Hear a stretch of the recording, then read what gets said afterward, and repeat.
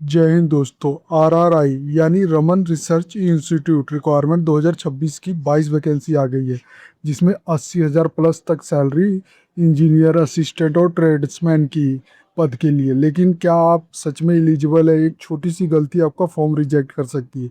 इस वीडियो में मैं आपको live form fill up, eligibility, salary, selection process और हर जरूरी जानकारी स्टेप बाय स्टेप बताने वाला हूँ, इसलिए वीडियो को अंत तक जरूर देखें। ये आप देख सकते हैं, इसका ऑफिशियल नोटिफिकेशन है। इसका लिंक मैं वीडियो डिस्क्रिप्शन में भी दे दूंगा। सबसे पहले मैं आपको इसका रिक्वायरमेंट ओवरव्यू बता देता हूँ। इसके लिए मैं अपनी साइट जॉब सरकारी अपडेट डॉट इन पे आ जाता हूँ। यहाँ पे आप देख सकते हो, ऑर्गेनाइजेशन नेम है Raman research institute Bengaluru. Post name आपकी engineer C, engineer B, engineer है, असिस्टेंट सी और ट्रेड्समैन एक ही है। टोटल वैकेंसीज में 22 है। पे लेवल है 11, 10 और 5 पे। मिनिमम क्वालिफिकेशन की बात करूँ तो बीएससी, एमएससी, इंजीनियरिंग डिग्री या डिप्लोमा या आईटीआई बेस्ड ऑन पोस्ट है। एज लिमिट की बात करूँ तो 35 ईयर्स फॉर इंजीनियर सीबी और 28 ईयर्स फॉर असिस्टेंट और ट्रेड्समैन के लिए। सिलेक्शन प्रोसेस की बात करूँ तो ऑब्जेक्टिव सब्जेक्टिव टेस्ट होगा, फिर इंटरव्यू और स्किल टेस्ट होगा बेस्ड ऑन पोस्ट। ये आप स्क्रॉल नीचे करेंगे तो इसकी सारी डिटेल मैंने डिटेल में बताया है, तो एक बार जरूर चेकआउट करें। इसके देख सकते हैं आप एलिजिबिलिटी क्राइटेरिया से लेके सब कुछ मैंने बताया हुआ है। यहाँ पे आप इम्पोर्टेंट लिंक में देख सकते हैं, अप्लाई ऑनलाइन का बटन दिया गया है। अप्लाई नाउ पे क्लिक कर देना। आप ये देख सकते हैं, आप इसके ऑफिशियल पोर्टल पे आ गए। यहाँ पे आप देख सकते हैं साइन इन का।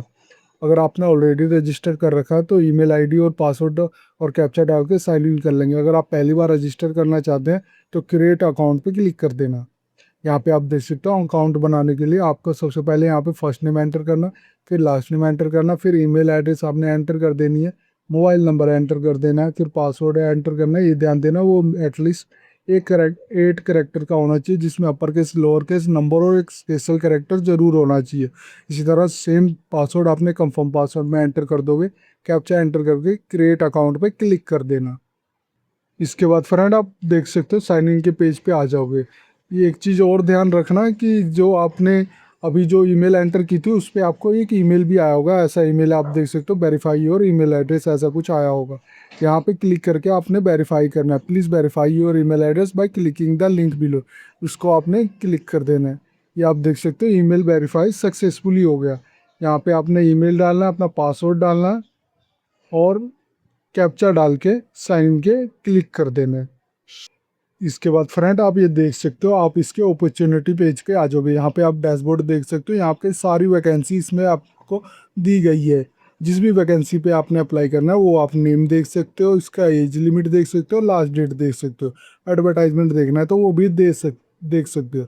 और जो इसका एजुकेशन क्वालिफिकेशन एलिजिबिलिटी क्राइटेरिया वो मैंने एक्सप्लेन किया हुआ है, तो आप चेक कर लेना। हर पोस्ट के लिए मैंने एक्सप्लेन किया हुआ है क्या क्या मांगा हुआ है। फिर यहाँ पे जिस भी पोस्ट को आपने अप्लाई करना है वो आपने अप्लाई नाउ पर क्लिक कर देना। मैं इस पोस्ट में ट्रेड्समैन ए फीटर टर्नर मैकेनिस्ट की पोस्ट के लिए अप्लाई कर रहा हूँ, कि यहाँ पे मैं अप्लाई नाउ पर क्लिक कर देता है। फिर ये आप देख सकते हो, आपका अकाउंट इन्फॉर्मेशन जो आपने अभी पीछे ऐड किया था रजिस्टर करते समय वो आपका शो कर रहा होगा। और आपका एप्लीकेंट आईडी, जॉब कोड क्या है और जॉब टाइटल क्या है, ये चीज़ शो कर रहा होगा। यहाँ पे इसको स्क्रॉल नीचे कर देता हूँ। यहाँ पे आप देख सकते हो, सबसे पहले आपसे पर्सनल इंफॉर्मेशन ऐड करनी है, फिर एजुकेशन, फिर एक्सपीरियंस, फिर रेफरेंस सर्टिफिकेट, आधार डिटेल, पेमेंट करेंगे, फिर प्रीव्यू करेंगे। यहाँ पे आप देख सकते हो, सबसे पहले पर्सनल डिटेल में डेट ऑफ बर्थ एंटर करोगे। जो भी डेट ऑफ बर्थ एंटर करोगे यहाँ पे एज में ऑटोमेटिक आपका शो करेगा।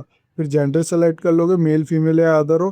फिर मैरिटल स्टेटस आप चूज कर लोगे, मैरिड हो अनमैरिड हो, जो भी हो आप सेलेक्ट कर लेना अपने। फिर इसके बाद नेशनैलिटी अपनी चूज कर लेना, इंडियन हो या अदर हो।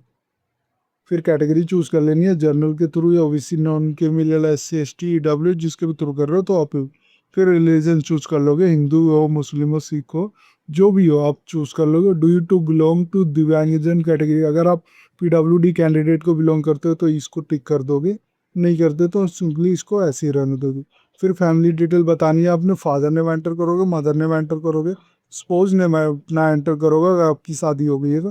फिर रिसर्च डिटेल आपने एंटर करोगे, अगर आप रिजर्वेशन डिटेल आपने एंटर करोगे, और आप एक्स सर्विस मैन हो तो इसको इनेबल कर दोगे। सर्विस कब से कब तक थी वो आपने बता दोगे यहाँ पे, नहीं तो सिंपली इसको इनेबल ही रहने, डिसेबल ही रहने दोगे। आर यू करेंटली एम्प्लॉय, अगर आप government central government, state government, PSU या central environment body, government of India undertaking, university या रिसर्च इंस्टीट्यूट में ऑलरेडी वर्किंग कर रहे हो तो इस पे क्लिक करके आपने अपना चूज कर लेना कि ग्रुप ए को बिलोंग करता है आपकी पोस्ट, ग्रुप बी या ग्रुप सी पे। नहीं करता तो इस पर डिसेबल रहना दोगे। फिर आपने कम्युनिकेशन एड्रेस एंटर करना है, यहाँ एड्रेस एंटर करोगे, सिटी एंटर करोगे, स्टेट एंटर करोगे, कंट्री एंटर करोगे, पिन कोड एंटर कर देना। फिर यहाँ पे आपसे पूछ रहा है अगर आपका कम्युनिकेशन एड्रेस और परमानेंट सेम है तो उसको इनेबल कर दोगे तो जो भी आपने ऊपर एंट्री की होगी नीचे ऑटोमेटिक फिल हो जाएगा। अगर आपका दोनों सेम नहीं है तो इसको डिसेबल ही रहने दोगे। Address enter, city, state, country और पिन कोड ऐड कर दोगे। एडिशनल कॉन्टैक्ट डिटेल अगर ऐड करना है तो वो भी कर सकते हो, जिसमें अल्टरनेटिव ईमेल ऐड कर सकते हो, अल्टरनेटिव फ़ोन नंबर ऐड कर सकते हो। फिर है यहाँ पे पूछ रहा है कि अगर कभी आप पे क्रिमिनल केस रिकॉर्ड है तो उसका डिक्लेरेशन देना है आपने, अगर है तो उसकी जानकारी आपने देनी होगी, नहीं है तो सिंपली इसको डिसेबल रहने दे। फिर आपने फोटोग्राफ और सिग्नेचर अपलोड करना है, ये ध्यान देना फ़ोटो का साइज़ होना चाहिए वो 1 MB से ज़्यादा नहीं होना चाहिए, जो जेपीजी, जेपीईजी, पीएनजी फॉर्मेट में हो सकती है। और फिर आपने सिग्नेचर ऐड कर देना, ये भी ध्यान देना, ये भी 1 MB से ज़्यादा नहीं होगी और जेपीजी, जेपीईजी, पीएनजी फॉर्मेट में होगी। फिर कुछ गाइडलाइन भी है तो वो एक बार ज़रूर चेक कर लेना। फिर सेव एंड कंटिन्यू पर क्लिक कर देनी। इसके बाद फ्रेंड आप एजुकेशन डिटेल में आ जाओगे। यहाँ पे देख सकते हो please provide your accurate academic qualification. यहाँ पे मिनिमम क्वालिफिकेशन जो रिक्वायर्ड है मेरे लिए 12th प्लस डिप्लोमा और आईटीआई भी होनी चाहिए। मिनिमम क्लास रिक्वायर्ड है, प्लस पास होना चाहिए मुझे। ये मेरे अकॉर्डिंग शो कर रहा है जो भी मैंने पोस्ट सेलेक्ट की थी। अगर आपने कुछ और सेलेक्ट किया था तो आपके अकॉर्डिंग शो कर रहा होगा। फिर यहाँ पे आपने सेकेंडरी डिटेल एजुकेशन आपने ऐड करना है। सबसे पहले 10th की डिटेल आपने, इंस्टीट्यूट बोर्ड जो भी नेम है, ईयर ऑफ पासिंग आपने बतानी है, परसेंटेज ऑफ मार्क क्या था वो बताओगे, क्लास क्या थी, डेस्टिनेशन डिस्टिंस था ये फर्स्ट सेकंड जो भी क्लास थी वो बताओगे, सब्जेक्ट क्या थे उसमें वो बताओगे, स्पेशलाइजेशन है तो वो बता दोगे। इसी तरह 12th की अपनी जानकारी दोगे, डिप्लोमा और आईटीआई किया तो वो भी दे सकते हैं। और आपने अंडर ग्रेजुएट किया है तो उसकी जानकारी दोगे, अगर पोस्ट ग्रेजुएट किया है तो वो भी जानकारी दोगे। ये देख सकते हो मेरे केस में ये ऑप्शनल है। इसी तरह अगर आप मैंने डॉक्टरेट किया है तो वो भी जानकारी दे सकता है, ये मेरे केस में ऑप्शनल है। फिर सेव एंड कंटिन्यू पे क्लिक कर दे मैं। इसके बाद फ्रेंड अब एक्सपीरियंस टैब पे आ जाओगे। यहाँ पे आप देख सकते हो एक्सपीरियंस डिटेल ऐड करनी है, ऐड योर एक्सपीरियंस डिटेल, जो लेटेस्ट है वो फर्स्ट ऐड करनी है। ये ध्यान देना मेरे केस में मुझे नो मिनिमम रिक्वायर्ड एक्सपीरियंस है तो मैं इसको स्किप भी कर सकता हूँ। अगर आपने ऐड करनी है तो ऐड एक्सपीरियंस पे क्लिक करके आप organisation name, designation, job type क्या थी यहाँ चूज कर लोगे। रेगुलर था, कॉन्ट्रैक्ट बेस पे था, ऑर्गेनाइजेशन टाइप क्या थी, प्राइवेट, सेंट्रल, पीएसयू या स्टेट गवर्नमेंट थी वो आप चूज कर लोगे। कब से कब तक था ये बताओगे, ड्यूरेशन ऑटोमेटिक आ जाएगा। पे लेवल क्या था आपका वो बताओगे, ग्रोस मंथली जो मिलता था वो बताओगे। रोल और रिस्पॉन्सिबिलिटी कितनी क्या थी आपकी वो बताओगे। एक्शन ये अगर रिमूव करना है तो रिमूव कर सकते हो, मल्टीपल ऐड करना है तो वो भी कर सकते हो। फिर सेव एंड कंटिन्यू पे क्लिक कर दें। इसके बाद फ्रेंड आप रेफरेंस पे आ जाओगे। यहाँ पे एक चीज़ ध्यान देना, एटलीस्ट आपने 2 रेफरेंस देना ही है, थर्ड इज ए ऑप्शनल। तो यहाँ पे उनका नाम लिख दोगे जिसका रेफरेंस देना चाहते हो, डेजिनेशन क्या है, एफिलेशन क्या है, ईमेल आपसे कनेक्शन किस तरह है और ईमेल आपने बतानी है, और मोबाइल नंबर ऐड कर दोगे। इसी तरह 2 एटलीस्ट आपने देनी है। फिर सेव एंड कंटिन्यू पे क्लिक कर देना। इसके बाद फ्रेंड आप सर्टिफिकेट टैब पे आ जाओगे। यहाँ पे आप देख सकते हो आपने सर्टिफिकेट अपलोड करनी है। जो अपलोड करोगे वो ध्यान देना वो पीडीएफ फॉर्मेट में होना चाहिए। फिर यहाँ पे मैंडेटरी जो डॉक्यूमेंट है वो देख सकते हो, एजुकेशन सर्टिफिकेट मर्ज कर लेना अपने ऑल एजुकेशन सर्टिफिकेट को एक सिंगल पीडीएफ में, जिसका मैक्सिमम साइज़ 5 MB से ज़्यादा नहीं होना चाहिए। चूज़ फाइल करके अपलोड कर लोगे। ये ऑल आपका एजुकेशन सर्टिफिकेट होना चाहिए उसमें। फिर सेकंड बोल रहा है सीवी और रिज्यूम होगा आपका, ये भी पीडीएफ फॉर्मेट में होगा, मैक्सिमम 5 MB से ज़्यादा नहीं होना चाहिए। चूज़ फाइल करके अपलोड कर लोगे। फिर सेव एंड कंटिन्यू पे क्लिक कर देंगे। इसके बाद फ्रेंड आप अदर डिटेल में आ गए। यहाँ पे आप देख सकते हो अदर डिटेल में प्रोवाइड करना, provide any additional information that में सपोर्ट योर एप्लीकेशन, जो आपके एप्लीकेशन को सपोर्ट करे। जैसे कोई भी आपकी कुछ अचीवमेंट हो सकती है, या कुछ आपको पुरस्कार मिला हो या प्राइज वाइज कुछ भी आपकी अचीवमेंट है उसको आप ऐड कर सकते हो जो आपके सपोर्ट करे आपके एप्लीकेशन को। इसके बाद सेव एंड कंटिन्यू पे क्लिक कर देना।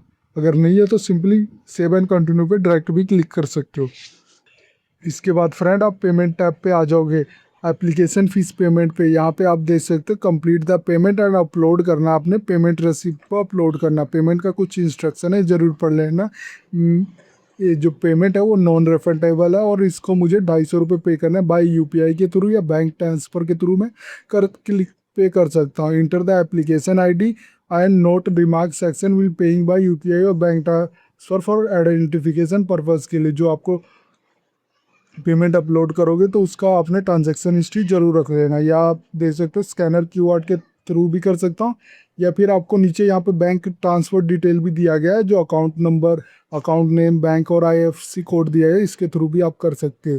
जैसे ही अपलोड कर लोगे फिर चूज़ फाइल करके आपने रिसीप्ट या स्क्रीनशॉट आपने अपलोड कर देना, जो JPG PNG इमेज फॉर्मेट में होगा, और सेव एंड कंटिन्यू पे क्लिक कर देना।